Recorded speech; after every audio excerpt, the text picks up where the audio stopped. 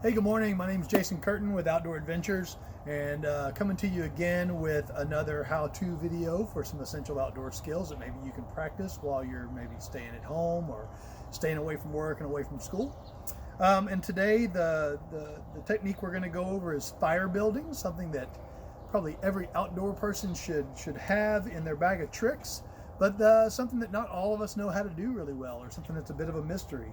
Which has always seemed really strange to me because it's probably something that we've been doing as humans for tens, if not hundreds of thousands of years now.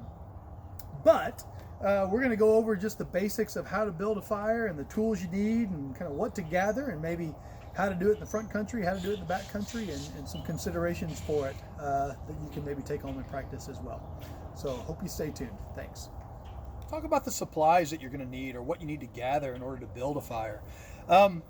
Every fire really is three big components. You got the spark, right? You got the fuel, and then you got oxygen coming in. And all of those will come into play during the technique process. To make that spark, though, you're going to need some matches. You're going to need a lighter. You're going to need something to create that initial combustion. The more hardcore of the traditionalists in outdoors will do it with friction. That's not something we're going to cover today. We're not going to cover how to bust a fire, as it's called, with a bow drill or with a hand drill or by scraping. We're going to assume that you have matches or a lighter to get your fire started. I like to have an axe or a hand axe with me simply because I'm often splitting smaller pieces of wood, referred to as kindling. But for today's fire, really what I've gathered has been from my own yard. We have a lot of post oak trees here in this part of Texas, and our post oak trees drop tiny chunks of limb into your yard or into the neighbor's yard every year. And I simply went through after a big windstorm and picked up dead branches in my yard. And what you see here are all stuff that has fallen. This is not green wood. This is not wood that I've pulled off of a living tree, but it's stuff that the tree naturally has shed, and I've just picked it up. The smaller kindling, though, that we'll use, actually, we'll start out with a couple of things over here. One, the simplest thing you can find is just a small nest of dried grass. All right, and this is all dead grass from my yard that I've picked up. I've pulled together into a small little nest, and if I put a spark in the middle of that, that will light. If you have access to newspaper, a crumpled up piece of newspaper can often be a really good combustion or place to start your combustion. And then if you're like us around our house, we save all of our dryer lint. So if the camera will zoom in on this, we save all of our dryer lint. We stuff it into simply a cardboard egg crate left over from when you're done eating that dozen of eggs.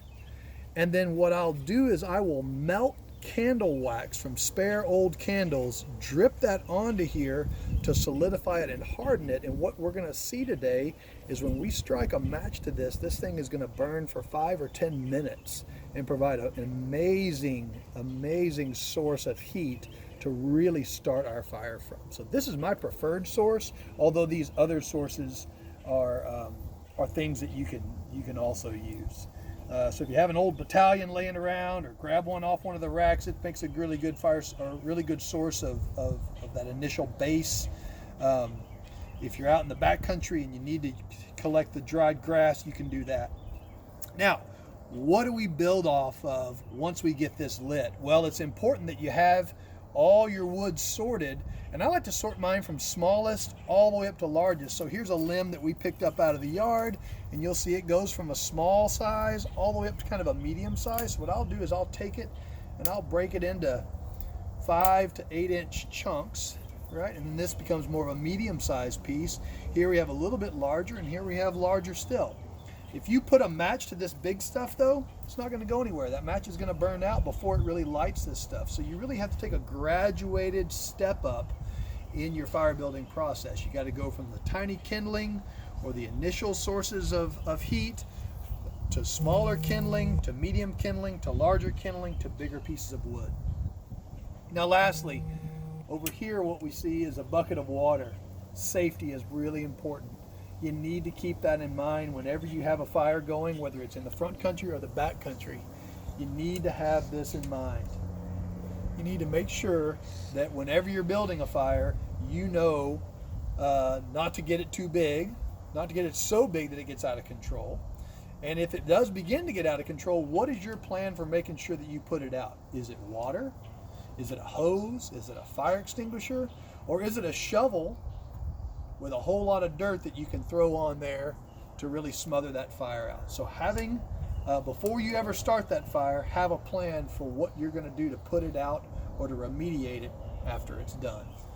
Let's get started and let's do a quick test of what these different initial sources of ignition kind of burn like.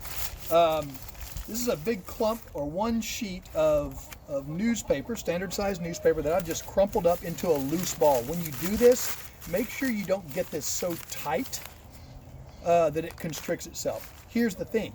Remember what I said in the beginning was we need a spark, we need fuel, and in this case the newspaper is that fuel, but we also need oxygen. And if you crumple this so tightly that it's a really tight ball, enough oxygen cannot get in there to allow that fire to burn. So keeping it a little loose, not so big that it's unwieldy, but a little bit loose so that oxygen can still get in, right? And then we got the fuel, we got the oxygen, here comes the spark. Let's watch how this newspaper burns and keep an eye on it. I'm going to light it from below because fire likes to creep up from the top. And you'll get to see about how long it takes for that newspaper to completely combust. So all this time we could be adding fuel to it to allow it to burn.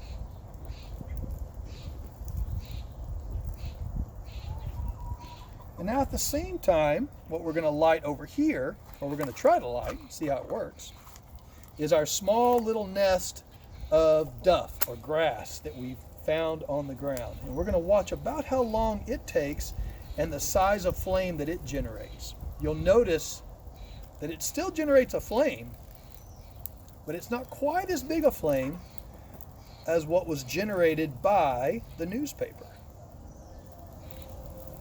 Right? So you'll find that if you use this grass as your starter, you're really going to have to use a lot smaller kindling initially, matchstick sized even, and you'll notice that it doesn't last nearly as long as the newspaper did. And as our newspaper begins to smolder, we're going to drag it right over here to the side. Now watch what happens.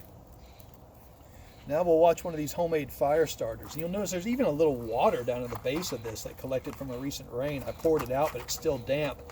Despite that dampness, what you're going to notice is, whoop, first match went out. Sorry about that. What you're going to notice is that once we get it started, this is going to burn for quite some time. Let's get this match going again, see if I can get it off of here. Go. Once we get it going, that paraffin or that wax that we created it with is really going to burn well along with the cardboard. And once it gets onto, we'll turn it a little bit, once it gets onto that dryer lint, it's going to burn for quite some time. Flame's not as big, doesn't matter though. You don't need a giant flame because now once it's going, you'll see me begin to loosely stack these tiny little twigs. And I'm not going, I like to ascribe to the chaos theory of fire, right? I don't think you need necessarily a structured teepee or a structured wigwam or a structured log cabin. Simply put some sticks, and you'll notice I'm layering one layer of sticks over kind of another layer of sticks. And as I layer those sticks on, being careful not to burn myself, the bottom fire begins to light the top. And each layer burns the layers below it. Now, once I get a good base of flame going, I like to take a loose clump of these sticks and just set it right on top. Now, I've thrown in all of my small kindling, and you can see this fire is really starting to go now. It's really starting to catch. You can even hear it. You can hear it burning down there. I'll begin to grab my medium sticks. Now my medium sticks will transition to it. And I'll simply layer a few on one way, a few on the other way. Really being careful of those flames. If they start to lick up towards me, I pull back a little bit. You notice I'm not sitting flat on the ground. I'm standing on the balls of my feet. I can move away from this fire if necessary. And now the medium stuff can go on. If I'm in the back country, if I'm backpacked in, I'm far back, I'm away from any kind of help, this may be as big a fire as I'm ever going to build. I may not want to get a fire bigger than this. Because the bigger a fire is, the more heat it generates, and the windier it is. All depends on the conditions. The drier it is, the more apt it is to really get out of control. This may be as big a fire as I want to try to handle. If I'm in the front country, in my backyard, I may get a bigger fire than this. Or if I'm building a fire in my fireplace to stay warm in the wintertime, bigger fire is no problem. All right, so let's say we want to get bigger. We've got a nice fire bowl that we're building this in. We've got a water hose close by. It's rained all week. The ground is wet. We're probably not going to set our house on fire. Maybe I can go a little bigger. And if I want to go a little bigger, well, now I can take the next step up with my size of kindling, being really careful, coming in from the sides, not from the top. Those flames are licking up.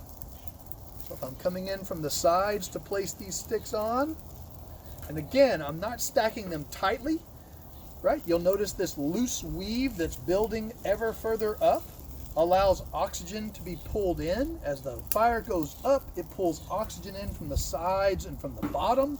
As that oxygen pulls in, fire grows.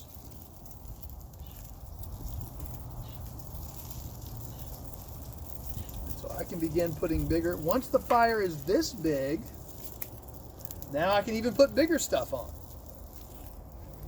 A couple more medium-sized sticks.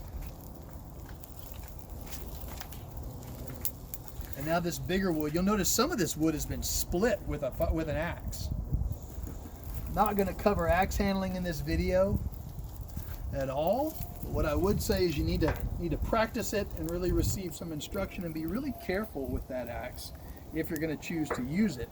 You can take a toe off or a finger off pretty quickly if you're not in good practice. Drop this piece here. And lastly, we'll put this big piece on there. Because we built a good base of coals down at the bottom that's burning the stuff up above it, that is going to generate enough heat, enough coal, enough flame to really get up there and burn this bigger wood that we've put on last. Now, we can sit back, get the marshmallows out, get the hot cocoa if you want it, watch this fire burn. Fire is a really interesting tool in your outdoor experiences. I like to think that people have been gathering around fires for thousands, if not hundreds of thousands of years.